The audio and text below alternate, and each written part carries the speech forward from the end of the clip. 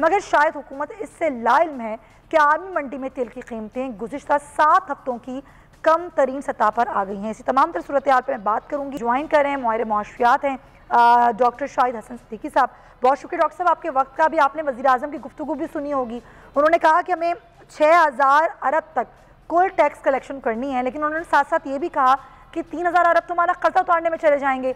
एक तो ये टैक्स रेवेन्यू जो हुकूमत ने सेट किया है, आपको लगता है वाकई हुकूमत उस ट्रैक पर है कि सिस्टम के ज़रिए और दीगर मामलात के ज़रिए उतना रेवेन्यू इकट्ठा कर पाएंगे?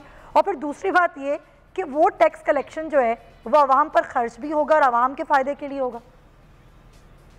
देखिए, बात यह है कि इस हुकूमत के दौर में आवाम पर कई 100 अरब रुपए के टैक्सेस लगाए गए, मगर टैक्स और जीडीपी का तनासुब गिर गया उस वक्त से जो 2018 में था।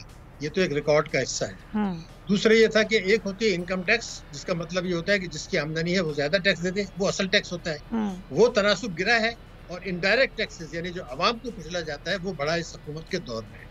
ये जो बातें आज उन्होंने फरमाई हैं ये तो उस वक्त की जाती है जब इख्तियार में आते हैं। अब 3 साल के बाद तो आपको नताइज देने थे, इसलिए कि मैं आपको अर्ज कर दूं कि उनका रिकॉर्ड पर है जो इलेक्शन से चंद हफ्ते पहले कि इख्तियार में आने के 100 दिन के अंदर हम अदल और इंसाफ पर मबनी टैक्सों का निज़ाम नाफिज कर देंगे। और चूंकि लोगों का एतमाद होगा हमारे ऊपर तो वो टैक्स भी देंगे। मगर अब तो टैक्स का गिरा है, बढ़ा नहीं है, और वो निज़ाम जो नाफिज करना था वो नाफिज नहीं हुआ। तो अब ये बातें, इलेक्शन ईयर आ गया है तो इलेक्शन ईयर में तो ये बातें होती नहीं है। ये बातें जब इख्तियार में आते हैं, जब इस्लाहात की जाती हैं। अब तो ये बिल्कुल वाज़ेह है कि जो कुछ टैक्स रेवेन्यू में इजाफा होगा वो अवाम को ऊपर बोझ डाल के होगा।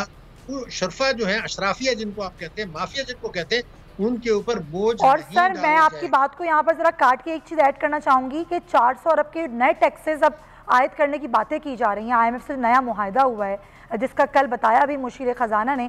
उसके बाद क्या होगा? फिर कहाँ पहुँचेंगे टैक्सेस?